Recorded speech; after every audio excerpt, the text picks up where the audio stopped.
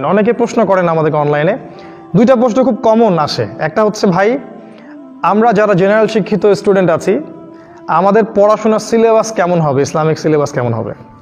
এই প্রশ্নটা প্রচুর পাই।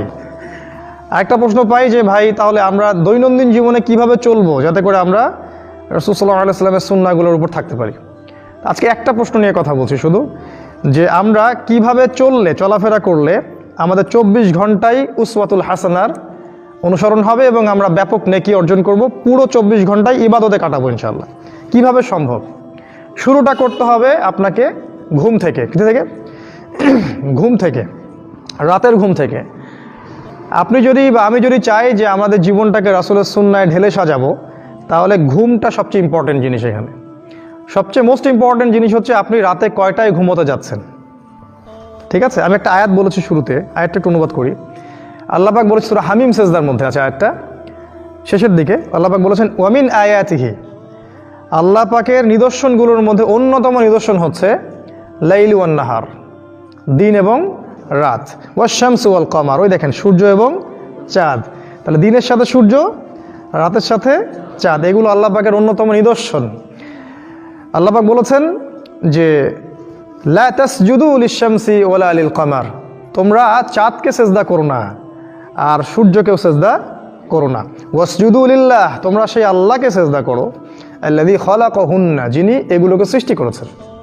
ইন কুনতুম ইয়াহু তা'বুদুন, যদি তোমরা সত্যিকার অর্থেই আল্লাহর ইবাদত করে থাকো। তাহলে এখানে কিন্তু আল্লাহ পাক দিন এবং রাত এবং চাঁদ এবং সূর্য এই বিষয়টাকে আপনাকে গুরুত্ব দিয়েছেন। এটা আল্লাহ পাকের নিদর্শনগুলোর মধ্যে অন্যতম। শুরুটা করতে হবে আপনাকে রাত থেকে। সবচেয়ে ইম্পর্টেন্ট জিনিস হচ্ছে, এই যুবকদের জন্য বলছি স্পেশালি, যে রাতের বেলা কখন আমরা ঘুমোতে যাই, এটা ইম্পর্টেন্ট সবচেয়ে। কারণ এই বিষয়টার উপর ডিপেন্ড করছে আপনার পরের দিনের পুরো এনার্জি। সারাদিন আপনি এনার্জেটিক থাকবেন কিনা, শক্তি পাবেন কিনা, কাজকর্ম করতে পারবেন কিনা, এই দিনই বিষয়গুলোর কথা বলছি। এই এনার্জির সোর্স হচ্ছে আপনার ঘুম। ওয়ান নাওমা সুবাতা, আছে না? ঘুমকে করেছি আরামের বস্তু। রাসূল সাল্লাল্লাহু আলাইহি ওয়াসাল্লামের সুন্নাহ ছিল এশার সালাতের পর দিনই কথাবার্তা ছাড়া অন্য কোনো কথাবার্তা তিনি পছন্দ করতেন না। এবং এই সময় তিনি মিসওয়াক করতেন, অজু করতেন, অজু করে বিছানায় যেতেন, বিছানার চাদর পরিষ্কার করতেন, হাত দিয়ে হোক বা কাঠি দিয়ে হোক বা যে কোনো বিষয় দিয়ে হোক। এটা তিনি করতে বলেছেন কারণ তিনি বলেছেন যে তোমরা ঘুমানোর আগে বিছানা পরিষ্কার করে নাও, তোমরা জানো না তোমরা যাওয়ার পরে তোমাদের অনুপস্থিতিতে সেখানে কি এসেছিল, সেখানে জিনও থাকতে পারে। তো এই জিনের কনসেপ্ট অবশ্যই গডলেস ওয়ার্ল্ড বিশ্বাস করে না, কিন্তু জিনকে অনুসরণ ঠিকই করছে ওরা আর কি।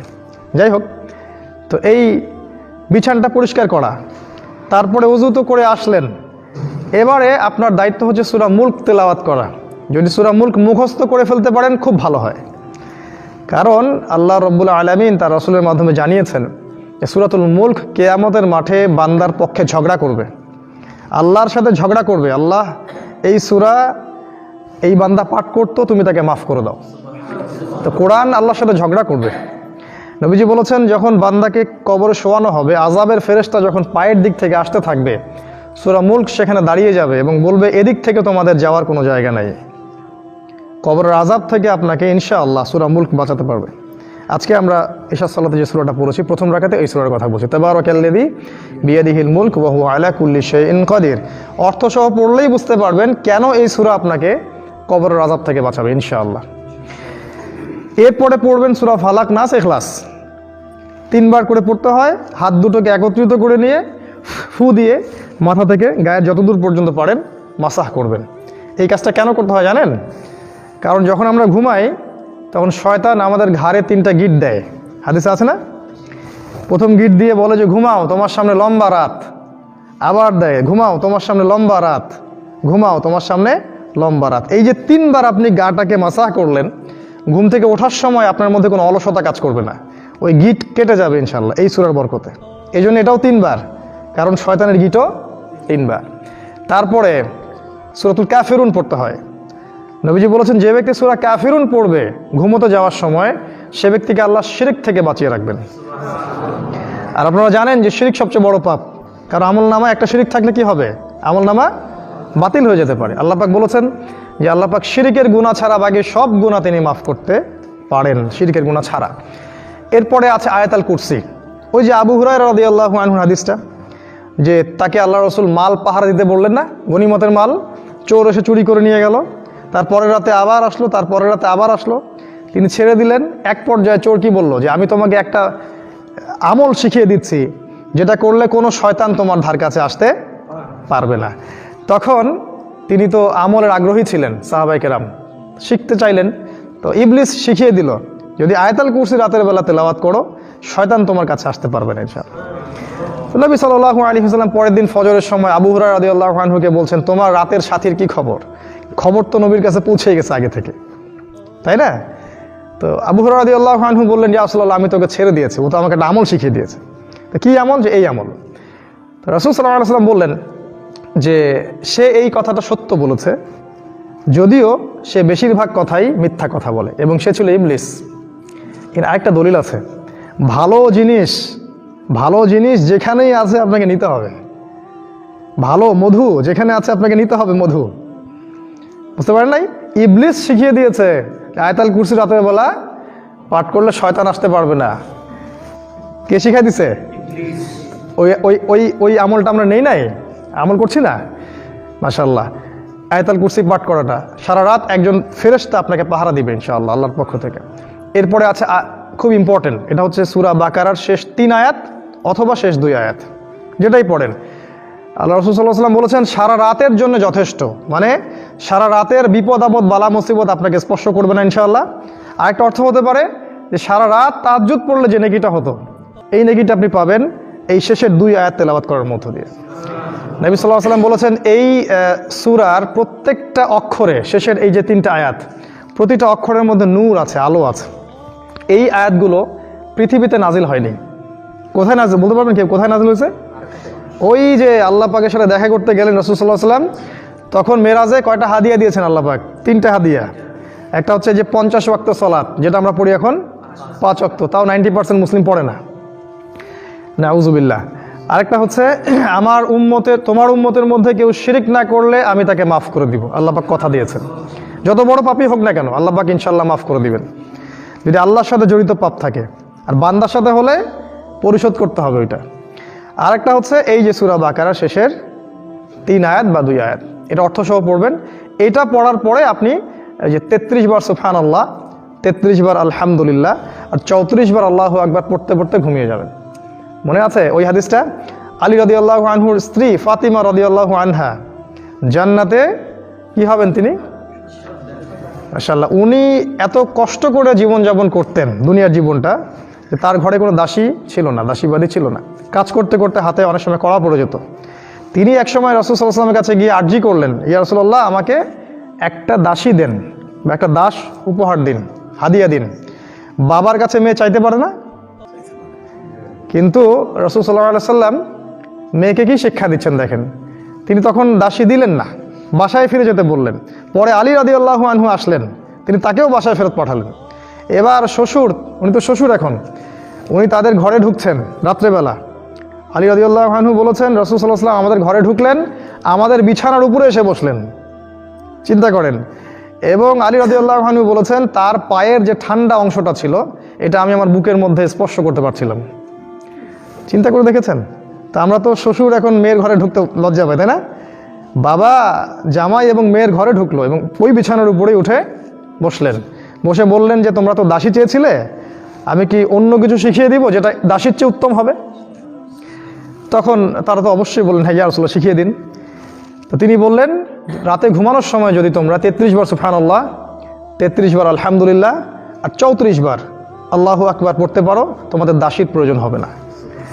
তো আলেম ওলামারা বলেছেন যে এই আমলটা যারা নিয়মিত করে আর কি, তাদের শরীরে শক্তি আসে, ফিজিক্যালি স্ট্রেংথ আসে এবং অলসতা আসে না, তারা অনেক কাজ করতে পারে। এইভাবে রাতটা আপনি শুরু করলেন, রাতে তাড়াতাড়ি ঘুমোতে গেলেন, রাতের সুন্নাহগুলো অ্যাপ্লাই করলেন, এবার আপনি ঘুমোচ্ছেন। ঘুমের মধ্যে আপনি স্বপ্ন দেখতে পারেন, স্বপ্ন দেখতে পারেন। মনে রাখবেন শেষ জামানায় মুমিনদের স্বপ্ন বেশি বেশি সত্য হবে, এটা মনে রাখবেন। শেষ জামানার মুমিনদের স্বপ্ন কিন্তু বেশি বেশি সত্য হবে, এটা হাদিসে এসেছে। যদি ভালো স্বপ্ন দেখেন প্রিয় ব্যক্তিকে বলবেন, ভালো স্বপ্ন আল্লাহর পক্ষ থেকে মানুষ দেখে। আর যদি খারাপ স্বপ্ন দেখেন কাউকে বলবেন না, বরং বাম দিকে 3 বার থুতু ফেলবেন, আউযু বিল্লাহি মিনাশ শাইতানির রাজিম পড়ে বাম দিকে 3 বার থুতু ফেলে পাশ পরিবর্তন করে ঘুমাবেন। এরপর আপনি ফজরে উঠছেন, রাতে উঠছেন, চেষ্টা করব আমরা, আল্লাহ পাক তৌফিক দান করুন আপনাকে এবং আমাকে সবাইকেই, যেন আমরা অ্যাটলিস্ট ফজরের 1 ঘন্টা আগে উঠতে পারি, বা অ্যাটলিস্ট ফজরের আধা ঘন্টা আগে যেন উঠতে পারি। উঠে ফ্রেশ হয়ে আপনার প্রথম কাজ কি? তখন দোয়া পড়া। ঘুম থেকে উঠলেন, উঠে ঘুমের যে রেস্টটা আছে সেটা হাত দিয়ে দূর করতে হয়, চোখ মুছে পরিষ্কার করতে হয়। এরপর আপনি কাপড় চেঞ্জ করতে পারেন, অন্য কাজগুলো করলেন, মিসওয়াক করবেন, এইসব মিসওয়াক করাটা সুন্নাহ। তারপর ওযু করলেন, ওযু করে টয়লেট করলেন, টয়লেট করে ওযু করলেন, সেখানে দোয়া পড়লেন। কি দোয়া? আল্লাহুম্মা ইন্নী আউযু বিকা মিনাল খুবসি ওয়াল খাবাইস। এই যে ইবাদত হয়ে গেল, কিন্তু বের হলেন বললেন গফরানাকা, ইবাদত হয়ে গেল। তারপর ওযু করলেন, বিসমিল্লাহ বলে শুরু করলেন, ওযু শেষ করে কি পড়লেন? আশহাদু আল্লা ইলাহা ইল্লাল্লাহ ওয়া আশহাদু আন্না মুহাম্মাদান আবদুহু ওয়া রাসূলুহু। এই যে ইবাদত হয়ে গেল। এবার আপনি চেষ্টা করবেন 2 রাকাত, 4 রাকাত, 6 রাকাত, যতটুকু রাকাত সম্ভব হয় তাহাজ্জুদের সালাহ পড়ার জন্য। আল্লাহ পাক আমাকে এবং আপনাকে তৌফিক দান করুন, আল্লাহুম্মা আমিন। এই সময়টা দোয়া কবুলের সময়। এই সময় বান্দা যা চাইবে ইনশাআল্লাহ সে পাবে। রিজিক যদি হালাল হয়, আকীদায় শিরক না থাকে, আমলে বিদআ না থাকে, ইনশাআল্লাহ সে ব্যক্তি যা চাইবে আল্লাহ পাক তাকে তা দান করবেন ইনশাআল্লাহ। এই হলো আপনার শেষ রাতের ব্যাপার। আল্লাহ রাব্বুল আলামিন বলেছেন, এখানে আল্লাহ পাক প্রথম আকাশে নেমে আসেন, আহ্বান করতে থাকেন যে কার কোন হাজত আছে আমাকে বললে আমি সেই হাজত পূর্ণ করব। কেউ যদি ক্ষমা চায় আমি ক্ষমা করে দিব, কেউ যদি আমাকে ডাকে আমি তার ডাকে সাড়া দিব। এভাবে আল্লাহ পাক বলতেই থাকেন ফজর পর্যন্ত। তারপরে আসলেন আপনি ফজরের জামাতে। এটা খুব ইম্পর্টেন্ট, ফজরের নামাজের জামাত সবচেয়ে বেশি ইম্পর্টেন্ট। দিনের যে কাজটা সবচেয়ে গুরুত্ব দিবেন সেটা হলো ফজরের নামাজ। কোনো কারণে যদি অন্য কোনো ওয়াক্তের নামাজ আপনার ইনকেস ছুটে গেছে বা জামাত পান নাই, তার চেয়ে বেশি গুরুত্বপূর্ণ হচ্ছে ফজরের নামাজটা আপনি পড়তে পেরেছেন কিনা। সালাতে আসলেন, ফজরের নামাজটা হবে 3G 4G স্পিডের না। কথা বুঝতে পারেননি? নামাজটা এখন অনেক রকম হয়েছে, 1G 2G 3G 4G, সামনে 5Gও হবে। মানে নামাজে দাঁড়ালে মনে হয় সব ব্যস্ততা নামাজেই, মানে পেশাব পায়খানার চাপ নিয়ে নামাজ পড়তেছে, ভাবটা এমনি এরকম আর কি। এত দ্রুত নামাজ পড়ে যে রুকু করলে সেজদা পাই না, এক সেজদা করলে এক সেজদা পাই না। অনেক মসজিদে এই অবস্থা, আপনারা জানেন না আমার চেয়ে ভালো বিষয়টা। তো এভাবে না, সলাতে রাসূল সাল্লাল্লাহু আলাইহি ওয়াসাল্লাম ফজরের নামাজ লম্বা করতেন, ইসফার করে, মানে লম্বা করে, মিনিমাম 50-100 আয়াত পড়তেন। আচ্ছা 100 আয়াত না পড়ি, মিনিমাম 20-30 আয়াত তো পড়া যায়, 1 পৃষ্ঠা 2 পৃষ্ঠা তো পড়া যায়। লম্বা করে পড়লেন, ফজরের নামাজ পড়ার পর আপনি তাসবিহ তাহলিল করলেন। ও নামাজে একটা বিষয় বলি, নামাজের তারতিলটা রক্ষা করার সাথে সাথে সেজদায় একটু দোয়া করার চেষ্টা করবেন। ইমামদের উচিত একটু সময় দেয়া, কারণ সেজদা হচ্ছে দোয়া কবুলের সবচেয়ে কাছাকাছি জায়গা। এত কাছে বান্দা আল্লাহর যেতে পারে না যতটা সেজদায় বান্দা আল্লাহর কাছে যায়। এই সময় আপনি আরবি দিয়ে দোয়া করতে পারেন ফরজ নামাজে, আল্লাহুম্মা আতিনা ফিদ দুনিয়া হাসানা ওয়া ফিল আখিরাতি হাসানা ওয়া কিনা আযাবান নার, আল্লাহুম্মা আইন্নি আলা যিকরিকা ওয়া শুকরিকা ওয়া হুসনি ইবাদাতি। কত দোয়া আছে, কত দোয়া আছে। আল্লাহুম্মা হাবলি মিনাস সালিহিন, আল্লাহুম্মা বারিক লানা ফিমা আতাইতানা। যত দোয়া আছে আপনার জানা, আপনি সেজদায় করবেন, ইনশাআল্লাহ কবুল হয়ে যাবে। দেখেন, একজন হুজুরকে গিয়ে বললেন, হুজুর আমার বাসায় এসে আমার জন্য দোয়া করে দেন, এটা কবুল হওয়ার চান্স 10% বা 5% বা তারও কম, বা নাও হতে পারে। কারণ ওই হুজুর কত মনোযোগ দিয়ে দোয়া করছে আপনি তো বুঝেন নাই। কিন্তু আপনি যখন সেজদায় আপনার মনের আবেগটা ঢেলে দিয়ে আল্লাহর সামনে দোয়া করবেন, এটাই আল্লাহ চাচ্ছেন দেখতে, যে আপনি চোখের পানি ঢেলে দিয়ে আল্লাহর কাছে দোয়া করতে পারেন কিনা। নামাজ শেষ, এখন তাড়াহুড়া করে চলে যাওয়া সুন্নত না, নামাজের পরে বসে থাকতে হয়। এবং ফজরের পরের এই বরকতময় সময়টা বসে বসে আল্লাহ পাকে জিকির করতে হয়। প্রচুর জিকির আছে, আমার তো মনে হয় 50-60টার মতো জিকির আছে ফজরের পরে করতে হয়। খুব ইম্পর্টেন্ট কয়েকটা বলছি। এই যে আয়াতুল কুরসি আপনি ফজরের নামাজের পরে পাঠ করলে কি হবে? মৃত্যু ছাড়া আপনার জান্নাতে যাওয়ার কোনো বাধা নাই। একটা হাদিস এসেছে, প্রত্যেক ফরজ নামাজের পরে যারা আয়াতুল কুরসি পড়বে, মৃত্যু ছাড়া ওদের জান্নাতে যাওয়ার কোনো বাধা থাকবে না ইনশাআল্লাহ। এরপরে আছে ওই যে সুবহানাল্লাহ, আলহামদুলিল্লাহ, আল্লাহু আকবার, তাসবিহগুলো আছে। তারপরে আউযু বিকালিমাতিল্লাহি তাম্মাতি মিন শাররি মা খালাক 3 বার পড়তে হয়। কি হবে পড়লে? হঠাৎ বিপদ আপদ হবে না আপনার ইনশাআল্লাহ, হঠাৎ করে বিপদ আপদে পড়বেন না ইনশাআল্লাহ। একটা খুবই ইম্পর্ট্যান্ট এবং শক্তিশালী দোয়া আছে, বিসমিল্লাহিল্লাযী, জানেন তো এটা? লা ইয়াদুররু মা ইসমিহি শাইউন ফিল আরদি ওয়ালা ফিস সামাই ওয়া হুয়াস সামিউল আলিম। সকাল থেকে সন্ধ্যা পর্যন্ত আপনি নিরাপদ, আল্লাহ পাক আপনাকে হেফাজত করবেন সমস্ত বালা মুসিবত থেকে ইনশাআল্লাহ। এই যে করোনা টরোনা যাই বলেন, দোয়ার উপর কিছু নাই। প্রথম থেকে একটা কথা বলেছিলাম একদম শুরু থেকেই, যে কোরআন এই কোরআন তিলাওয়াত যে বেশি বেশি করে করতে পারবে, তাকে যদি ইফেক্টও করে সে শিফা হয়ে যাবে ইনশাআল্লাহ। আল্লাহ পাক সূরা বনী ইসরাঈলে বলে দিয়েছেন কথাটা, সূরা বনী ইসরাঈলের মধ্যে বলা আছে কথাটা, যে ওয়াইদা করাতাল কোরআন, যখন তুমি কোরআন তেলাওয়াত করবে হে নবী, জাআলনা বাইনাকা ওয়া বাইনাল্লাযিনা লা ইউমিনুনা বিল আখিরাহ হিজাবাম মাসতুরা, যখন তুমি কোরআন তেলাওয়াত করবে তখন তোমার মাঝখানে এবং ওই আল্লাহহীন সভ্যতার মাঝখানে আমি একটা অদৃশ্য পর্দা স্থাপন করে দেব, নিরাপত্তার পর্দা স্থাপন করে দেব, ওখান থেকে কোনো ক্ষতি আপনাকে স্পর্শ করতে পারবে না ইনশাআল্লাহ। দেখেন শুরু থেকে এই পর্যন্ত আমরা মাঠে ময়দানে চলছি না, কতজন আলেম, কতজন ইমাম, কতজন খতিব, কতজন দায়ী তারা ইফেক্টেড হয়েছেন, আর কতজন মানে আল্লাহীন মানুষ যারা নামাজের ধারে না, অপবিত্র থাকে, হারামে আছে, কতজন তারা ইফেক্টেড হয়েছে। পার্থক্য দেখা যায় না একটা, চোখে স্পষ্ট কিন্তু এটা। তারাই এখন এটা বলছে যে যারা নামাজি ব্যক্তি এদের কম ইফেক্টেড হচ্ছে করোনার কারণে, কারণ হচ্ছে অজু এবং কোরআন। অজুর মধ্য দিয়ে নাকের এই পর্যন্ত পানি পৌঁছাচ্ছেন, গার্গিল করছেন, মুখ ধুচ্ছেন, যে জায়গাগুলো ইফেক্ট করার মতো সেগুলো তো ধুয়ে ফেলছেন আপনি। তো এই যে বললাম ইসলামের প্রত্যেকটা বিষয় সায়েন্টিফিক, আপনি কিছু বুঝতে পেরেছেন, কিছু পারেন নাই, যেগুলো পারেন নাই সেগুলো যদি আমরা মানতে যাই তখন আমাদেরকে মৌলবাদী বলে, কথা বুঝতে পারো নাই, ওইটাও বৈজ্ঞানিক, কিন্তু ওরা এখনও বুঝতে পারেনি। যাই হোক, ফজরের পরে এই দোয়াগুলো পড়বেন। এর সাথে আছে একটা তাসবিহ বলছি, এই তাসবিহটা যদি পড়তে পারেন আপনি সকালে ফজরের পর থেকে 3-4 ঘন্টা জিকির করলে যে নেকিটা হয় সেটা পাবেন ইনশাআল্লাহ। সেটা হলো 5টা বাক্য খালি, সুবহানাল্লাহি ওয়া বিহামদিহি আদাদা খালকিহি ওয়া রিদা নাফসিহি ওয়া জিনাতা আরশিহি ওয়া মিদাদা কালিমাতিহি। এটা 3 বার বলবেন। হাদিসটা কি? নবী সাল্লাল্লাহু আলাইহি ওয়াসাল্লাম বাসা থেকে বের হচ্ছেন ফজরের সময়, তার স্ত্রী মুসল্লায় বসে আছেন, বসে বসে তাসবিহ গুনছেন।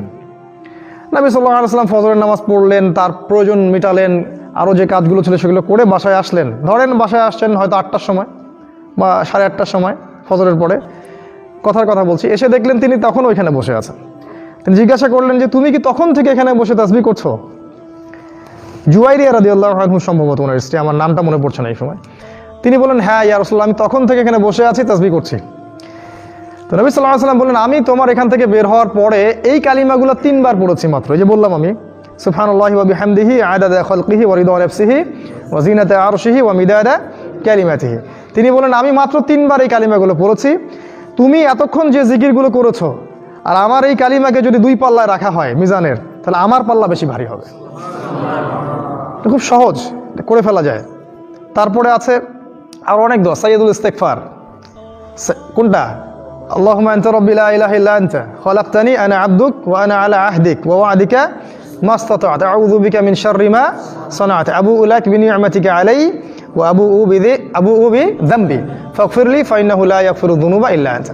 এই সাইয়্যিদুল ইস্তিগফার যদি কেউ ফজরের পরে পড়ে এবং মাগরিবের আগে মারা যায়, অথবা মাগরিবের পরে পড়ে ফজর হওয়ার আগে মারা যায়, সে ব্যক্তি জান্নাতে যাবে ইনশাআল্লাহ।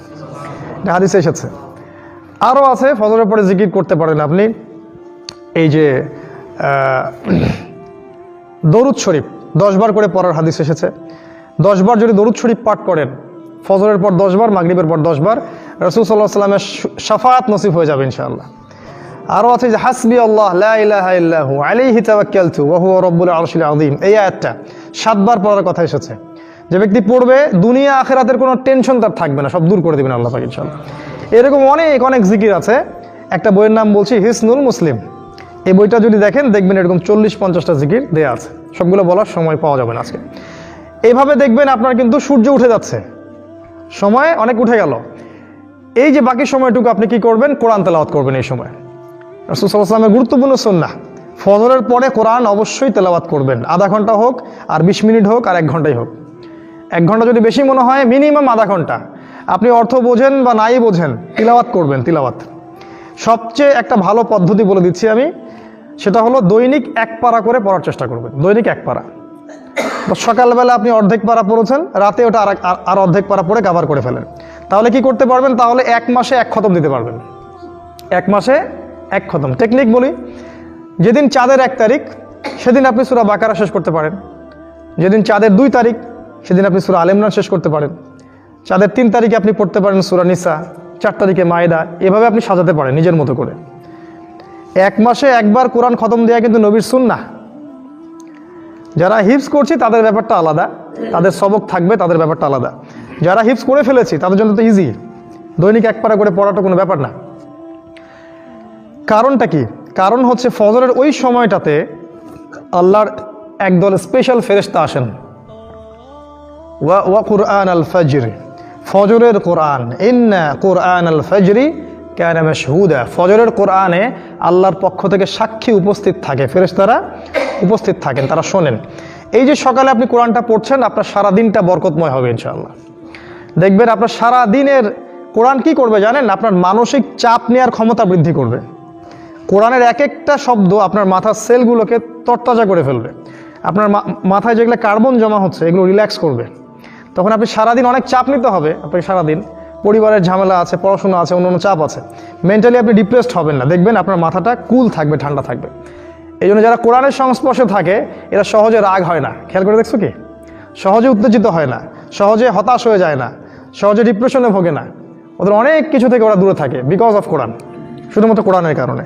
তো ফজরের সময়টা বেছে নেন কোরআন তেলাওয়াতের কারণে। আর যারা তিলাওয়াত করতে পারেন মাশাআল্লাহ, চেষ্টা করেন 10টা করে আয়াতের অর্থ পড়ার জন্যে, তাফসীর পড়ার জন্যে। আল্লাহ পাক সবাইকে তৌফিক দান করুন, আল্লাহুম্মা আমিন।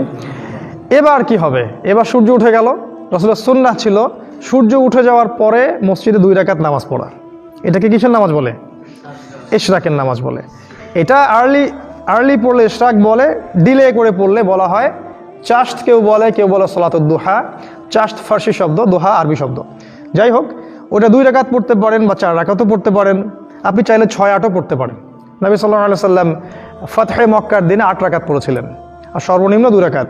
ফজিলত কি? ফজিলত হাদিসে এসেছে, যে ব্যক্তি ফজরের, শোনেন ভালো করে, যে ব্যক্তি ফজরের নামাজ জামাতে পড়লো, এরপরে ওই জায়গায় বসে থাকলো, বসে আল্লাহর জিকির করলো, আল্লাহর কাছে দোয়া করলো, আল্লাহর তাসবিহ তাহলিল করলো, করার পরে সূর্য ওঠার পর সে 2 রাকাত নামাজ পড়লো, সে একটা কবুল হজ, একটা কবুল ওমরার নেকি নিয়ে বাসায় ফিরবে।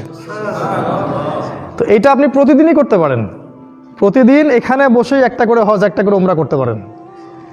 এগুলো আমরা গুরুত্ব দিচ্ছি না, তাই না? আমি কিন্তু গুরুত্ব দিই। এগুলো হাদিস আমরা সবাই জানি মোটামুটি।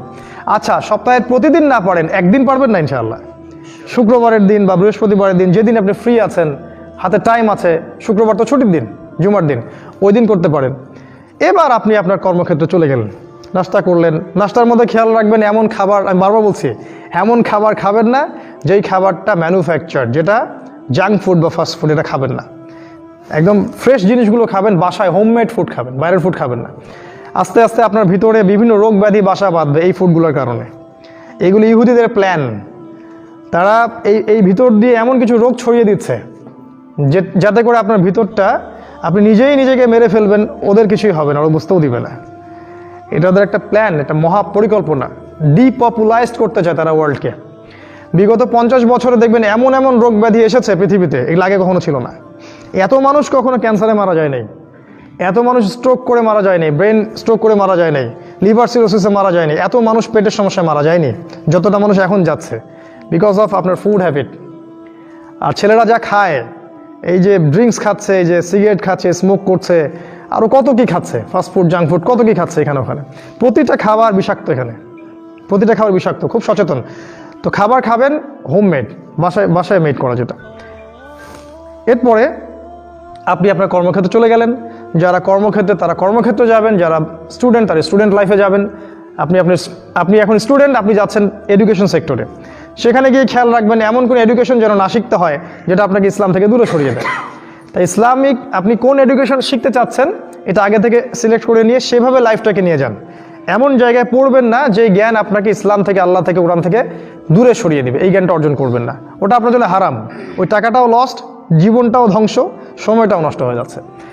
আর যারা কর্মক্ষেত্রে আছে তারা কি চিন্তা করবো? তারা চিন্তা করবো উপার্জনটা আমার হালাল হয় কিনা।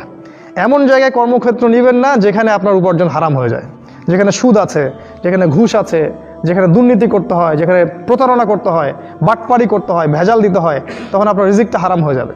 তখন ওই যে তাহাজ্জুদ পড়লেন, ওই যে ইশরাক পড়লেন, ফজরের নামাজ পড়লেন, কোরআন পড়লেন, কিছুই কাজে আসলো না।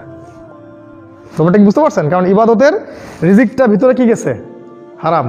একটা স্ট্রেট হাদিস আছে, রাসূল সাল্লাল্লাহু আলাইহি ওয়াসাল্লাম বলেছেন, ইন্নাল্লাহা তাইয়্যিব লা ইকবালু ইল্লা তাইয়্যিব। আল্লাহ পাক পবিত্র, পবিত্র বস্তু ছাড়া তিনি কোনো কিছুই কবুল করেন না। সিম্পল দোয়া কবুল হবে না, কোনো ফতোয়া নাই এর উল্টা দিকে, ডাইনে বামে কোনো ফতোয়া নাই যে হতে পারে, হবে না। ইবাদতের ক্ষেত্রে রিজিকটা খুব গুরুত্ব দিতে হবে।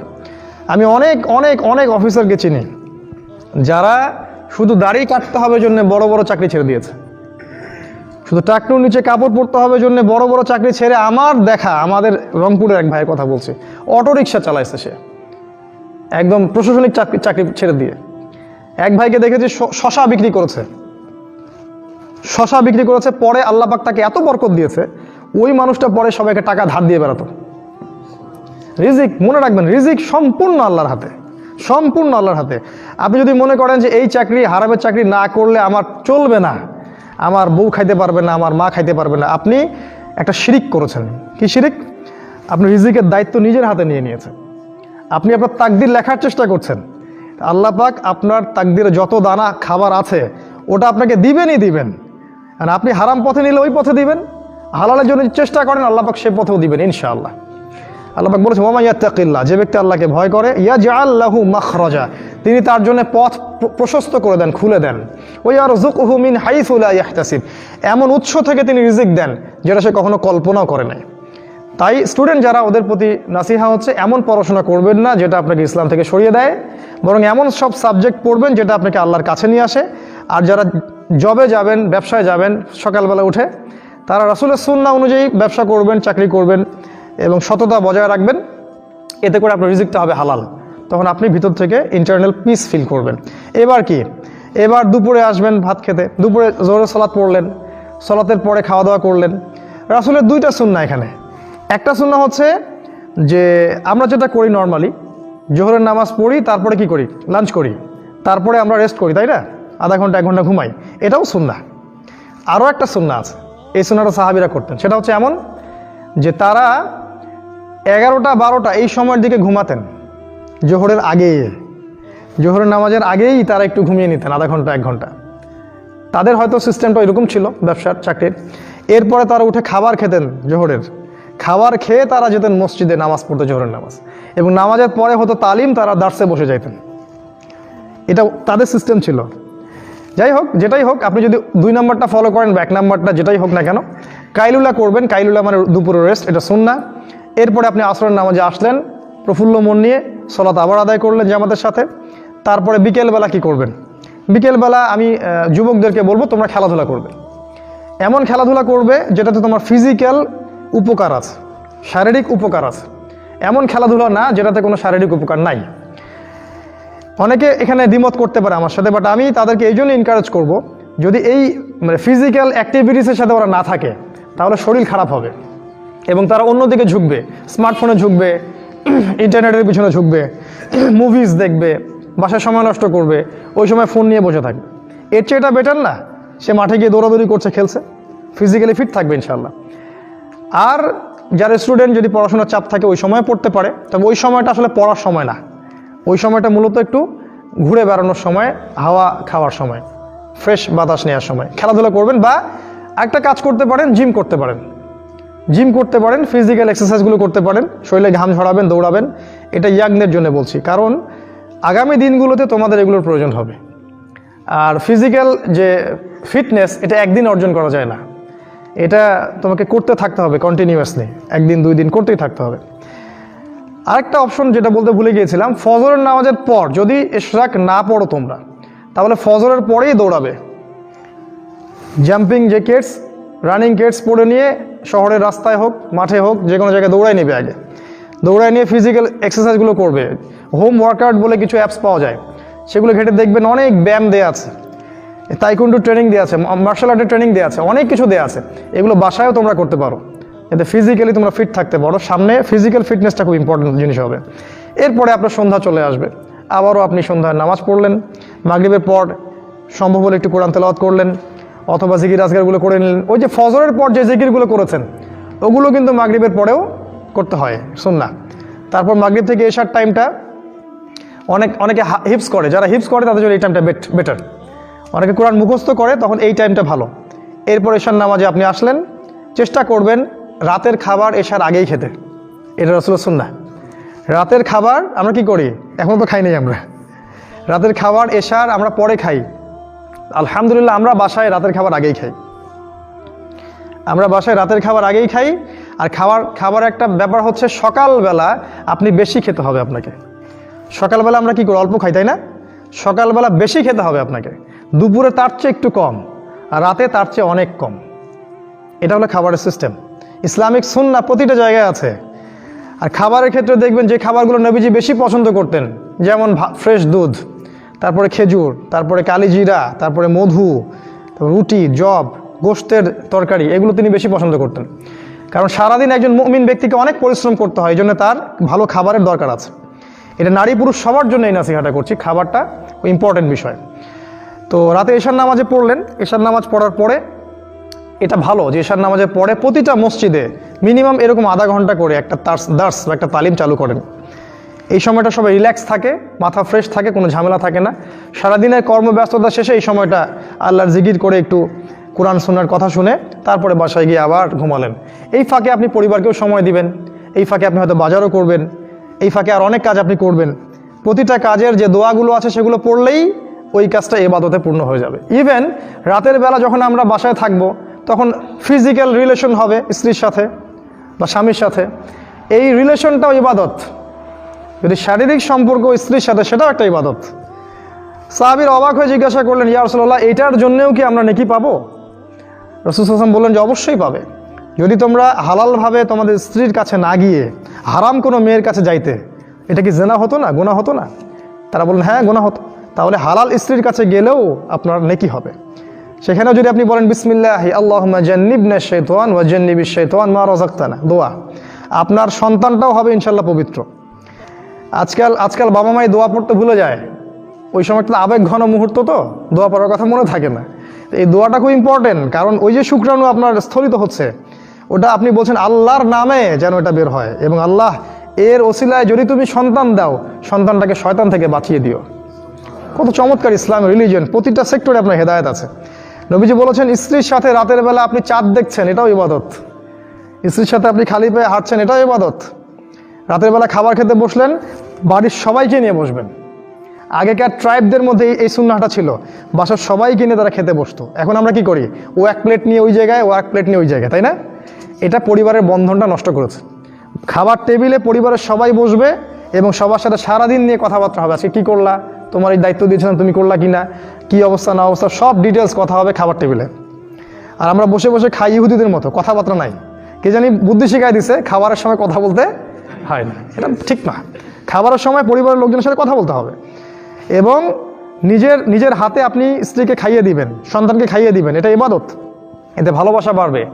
আমাদের বাসায় বড় প্লেটে খাওয়া হয়, এত বড় প্লেটে, এক প্লেটে সবাই ভাত খায়। এটাই সুন্নাহ, এটাই সুন্নাহ, কারণ এখানে আপনি মহব্বত বাড়বে। অনেক ইসলামিক জামাত আছে দেখবেন, তারা এই সুন্নাহটা এখনো ধরে রেখেছে, এটা সুন্নাহ।